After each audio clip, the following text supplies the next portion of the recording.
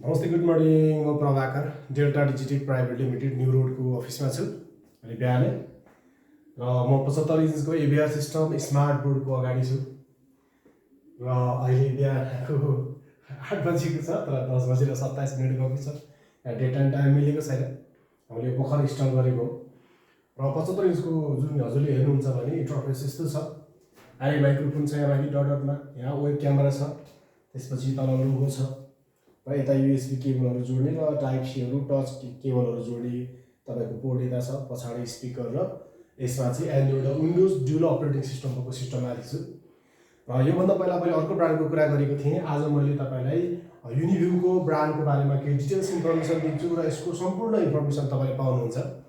र हाम्रो जसले तपाईँको चाहिँ युनिभ्यू अथवा युएनभीको बोर्ड लिएर जानुभएको छ र तपाईँलाई मैले यो बोर्ड कसरी चलाउने, कसरी अपरेट गर्ने एउटा क्लासरुममा अथवा एउटा चाहिँ अफिसमा भन्ने कुरा म तपाईँलाई सिकाउने वाली छु। यो मेरो फर्स्ट भिडियो हो यसको। र यसको लागि तपाईँले पहिला यसरी अन गर्नुहुन्छ। मैले यसलाई कसरी अन गर्ने भन्ने कुरा एउटा भिडियो अर्को पनि हालिसकेको छु योभन्दा पहिला, त्यो हेर्नु होला। अन भइसकेपछि यो यसरी आउँछ। र यसरी आउँदा के हो भन्नुहुन्छ भने यहाँ तपाईँको यसरी डेट एन्ड टाइम मिल्दैन। हेर्नुहोस्, फर्स्टमा मेबी यो तपाईँको कुनै चाइनाको अथवा कुनै देशको होला, तपाईँको यसरी राखिएको छ। यहाँ डेट एन्ड टाइम तपाईँको यहाँ चाहिँ सबै कुरा यहाँ आउँछ। यसमा व्हाइट बोर्ड आउँछ, त्यसपछि तपाईँको फाइन्डर भन्ने आउँछ, स्क्रिन सेयर आउँछ, स्क्रिन मिररिङको सेयरिङको कुरा आउँछ, अनि ब्राउजरको कुरा आउँछ। ब्राउजर भनेको तपाईँको फेसबुक, युट्युब तपाईँले जुन खोल्नुहुन्छ त्यो ब्राउजर आउँछ। जस्तै यसमा तपाईँले सर्भर हेर्नुहुन्छ भने व्हाइट बोर्डमा यसरी क्लिक गर्नुहुन्छ भने यसले यसरी वेलकम भनेर चाहिँ यसरी फालिएको हुन्छ। यसमा चाहिँ हजुरको के छ भन्नुहुन्छ भने चाहिँ यसरी एउटा यसले ग्रिन बोर्ड दिन्छ। यसको एकदम मजाको इन्टरफेस छ, मलाई मजा लागेको छ। र सर्भर हेर्नुहुन्छ भने नि यसको मेन्युबाट स्टार्ट हुन्छ। यो चाहिँ वेब भर्जनको जस्तो देखिन्छ, इन्टरफेस चाहिँ वेबको जस्तो फ्रेममा देखिन्छ। मेन्यु छ, एडिट छ, सेयर छ, लिस्ट भन्ने छ।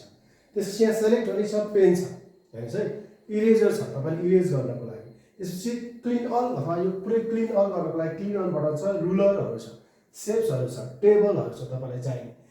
त्यसपछि माइन्ड म्यापहरू छ, त्यसपछि तपाईँको स्टिकी नोट्सहरू पनि छ, त्यसपछि तपाईँको प्रिभ्यू भन्ने बटन छ, ग्रिड छ, रिडु अन्डु भन्ने बटन छ। लास्टमा तपाईँले हेर्नुहुन्छ भने यसमा एड भन्ने छ, पेज एड गर्नको लागि 1 by 1 अथवा नेक्स्ट एन्ड प्रिभियस भन्ने बटन देख्नुहुन्छ। यो चाहिँ एउटा ग्रिन बोर्ड अहिले देखाएको छ। यसको कुनै पनि कलरहरू हामीले चेन्ज गरेर यसलाई white board, black board, green board, कुनै पनि बोर्ड तपाईँले बनाएर पढाउन अथवा बच्चाहरूलाई देखाउन सक्छौँ। जस्तै पहिला सुरुमा तपाईँलाई मैले देखाउँछु यो ग्रिन बोर्डको कुनै पनि थेमहरू कसरी लिएर आउने भन्ने कुरा चाहिँ हजुरले यहाँ हेर्नुहुन्छ भने मेनुमा यसरी क्लिक गर्नुहुन्छ भने यहाँ धेरै कुरा छ। जस्तै यसमा पनि धेरै छ, अझ हेर्नुहोस् यहाँ न्यू छ, ओपन छ, सेभ छ, सेभ एज छ। यो तपाईँले प्रायः सुन्नुभएकै कुरा छ। इम्पोर्ट एक्सपोर्टको कुरा छ, त्यसपछि क्लाउड स्टोरेजको कुरा छ, थेम छ, तपाईँले सेन्ड इमेल भन्ने छ, त्यसपछि सेटिङ्स भन्ने छ। म अहिले सेटिङ्समा गइनँ, म सेटिङ्सको अर्को भिडियो बनाउने वाले छु। जस्तै यसरी तपाईँले ग्रिन बोर्ड बनाउने बेलामा यसमा त तपाईँले पेनको कुनै पनि कलर चुज गरेर तपाईँले यहाँ हेर्नुहुन्छ भने कुनै पनि कलरहरू चुज गरेर तपाईँले लेख्न सक्नुहुन्छ। जस्तै यो ग्रिन बोर्ड आएको छ, यसमा मैले व्हाइट पेन गर्ने भने तपाईँले यहाँ क्लिक गर्नु पऱ्यो, अहिले डिफल्टमा बस्यो। यसमा तपाईँले ब्ल्याक लेख्नुहुन्छ भने यो रेड, अब यो अलिकति येलो अथवा ओरेन्ज टाइपको अथवा कुनै पनि ग्रिन कलर, तपाईँले कुनै पनि कलर यहाँबाट यसरी तपाईँले चुज गर्न सक्नुहुन्छ। हेर्नुहोस् है, जस्तै मैले के गरेँ भन्दा चाहिँ मेबी मैले के सोध्छु भन्नुहुन्छ भने यो तपाईँको ब्ल्याक ग्रिन बोर्डमा चाहिँ मैले व्हाइट बोर्डको कलर चुज गरेर लेखेँ भने चाहिँ जस्तै मैले यहाँ चाहिँ ए बी सी डी भनेर पढाउन सक्छु। हेर्नुहोस् है, क ख यसरी ग अनि घ अनि म भनेर यसरी पढाउन सक्छु। यो चाहिँ मैले कलरको यसरी एउटा कलर कुनै पनि कलर चुज गर्न सक्छु चाहे। जस्तै अब योभन्दा पछाडि मैले एड गरेँ, अर्को पेजमा गएँ। अब राम्रो पक्ष चाहिँ यसको के छ भन्नुहुन्छ भने चाहिँ सबसे मलाई राम्रो लागेको भनेको यसको ब्याकग्राउन्डको कुरामा तपाईँको यहाँ थेममा तपाईँ जानुहुन्छ भने चाहिँ यहाँ तपाईँलाई चाहिने जति सबै ब्याकग्राउन्ड छ। यो तपाईँको स्पेसली स्कुल कलेजहरूमा चाहिन्छ। जस्तो तपाईँले बच्चाहरूलाई यसमा तपाईँको कुनै पनि लाइनिङ निकालेर तपाईँले पढाउन चाहनुहुन्छ भने तपाईँले लाइनिङमा क्लिक गर्नुहुन्छ भने लाइनिङमा तपाईँले यसरी तपाईँले ब्याकग्राउन्ड चेन्ज गरेर तपाईँले यो भित्र लेख्न अथवा प्र्याक्टिस गराउन सक्नुहुन्छ। त्यसपछि अर्को तपाईँको अझ थेम छ, यसमा यो टाइपको चाहिएको भने यसरी तपाईँले गर्न सक्नुहुन्छ। टेबल टाइपको यसरी गर्न सक्नुहुन्छ। यसमा डट डट विथ टेबलको यस्तो छ।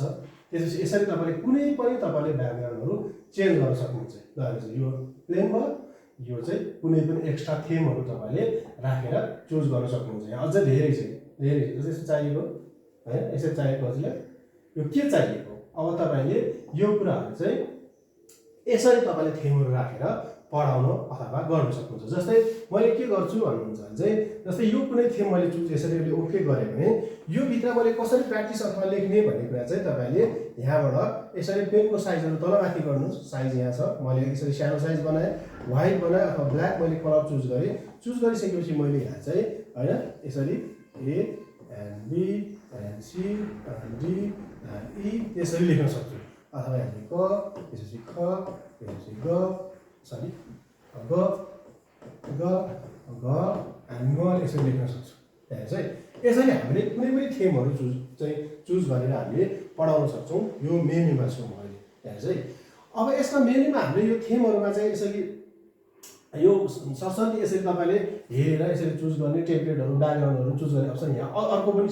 जस्तै हेर्नुस् यो ब्याकग्राउन्डलाई अब तपाईले अर्को कुनै ब्याकग्राउन्डमा तपाईले चेन्ज गर्नु पर्यो भने कसरी गर्ने भन्ने कुरा म तपाईलाई यहाँबाट देखाउने वाली छु। यहाँ चाहिँ यसमा मैले चाहिँ अर्को मैले चाहिँ नेक्स्ट पेज गरे ल मैले सरी यसको थीममा गए।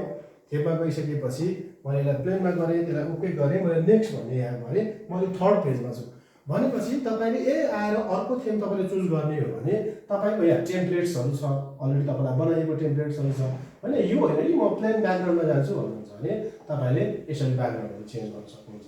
हेर्नुस् है, यसको मैले पहिला त नर्मलमा गए, त्यसपछि नर्मलमा गइसकेपछि तपाईको यहाँबाट आउँछ चाहिँ तपाईलाई कुन ब्याकग्राउन्ड चाहिएको हेर्नुस् ब्ल्याक हैन कुनै पनि कलर ग्रीन प्योर ग्रीन भयो। अझ यो ग्रीन होला तपाईले चलाउने भने ग्रीन त यो होला हैन। यसरी तपाईले कुनै पनि कलरहरु चुज गरेर तपाईले ब्याकग्राउन्ड चेन्ज गर्न सक्नुहुन्छ। यसमा टन्नै कलर छ। र यदि तपाईले यो बोर्डलाई अथवा यो बोर्डलाई चाहिँ तपाईले आफ्नै तरिकाको कस्टमाइज गर्छु र कुनै ठाउँमा लोगो राखेर पनि चाहिँ मेरो इन्स्टिट्युट अथवा अर्गनाइजेसनको लोगो देखाउँछु भन्नुहुन्छ भने तपाईले यहाँ हेर्नुस् 3840x2116 को साइजको तपाईले चाहिँ ठुलो इमेज बनाएर तपाईले यहाँ सेट गर्नुहुन्छ भने आफ्नै कस्टम ब्याकग्राउन्ड राखेर तपाईले बोर्ड बनाउन सक्नुहुन्छ। त्यसको लागि तपाईले अब पेन ड्राइभमा चाहिँ त्यो राखेर अथवा पछाडीबाट तपाईले पेन ड्राइभ राख्ने ठाउँ छ, त्यसबाट पेन ड्राइभमा तपाईले त्यो फाइल राख्नुहुन्छ, यहाँबाट ओपन गर्नुहुन्छ, तपाईले यसमा बोर्ड निकाल्नुहुन्छ। यो स्पेशली व्हाइट बोर्डको बारेमा मैले तपाईलाई देखाएँ र एबीआर सिस्टम अथवा स्मार्ट बोर्डको धेरै कुराहरु हामीले सिक्नु छ। यसमा धेरै मेनुजहरु छ। तपाईलाई एभ्रीडे मैले डे बाइ डे भिडियो बनाएर तपाईलाई दिएको हुन्छु। तपाईले युट्युबमा डेल्टा डिजिटेक भन्ने तपाईले चाहिँ युट्युब च्यानल छ हाम्रो, फेसबुकमा डेल्टा डिजिटेक भन्ने छ, ट्विटरमा डेल्टा स्मार्ट बोर्ड भन्ने छ, तपाईले चाहिँ त्यहाँ पनि सर्च गर्न सक्नुहुन्छ। लिंक्डइनमा पनि छ, तपाईले यो भिडियोहरु तपाईले त्यहाँबाट सर्च गरेर हेर्न सक्नुहुन्छ। र तपाईको युएनबी ब्रान्डको नेपालभरिको सप्लायर्स हामीले सप्लाई गरिरहेको छौं। यसमा तपाईको कुनै पनि प्रब्लमहरु तपाईलाई आउँछ र टेक्निकल सपोर्ट र तपाईले कुनै पनि चलाउनको लागि बाँकी कुनै पनि सपोर्ट हेल्पहरु चाहियो भने हामी तपाईलाई एनी टाइम हेल्प गर्ने वाले छौं। आजको लागि मैले यसलाई कसरी स्टार्ट गर्ने र हामीले ब्याकग्राउन्ड चाहिँ हामीले कसरी सेलेक्ट गरेर मल्टी ब्याकग्राउन्डमा चाहिँ हामीले पढाउन सक्छौं अथवा चाहिँ बोर्ड चेन्ज गर्ने भन्ने कुरा म तपाईलाई यो फर्स्ट भिडियो बनाएको छु। यो भन्दा बाँकी मैले सबै भन्दा पछाडी सबै बाँकी भिडियोहरु बनाउने छु, हेर्दै गर्नु होला। आजको लागि यतिकै।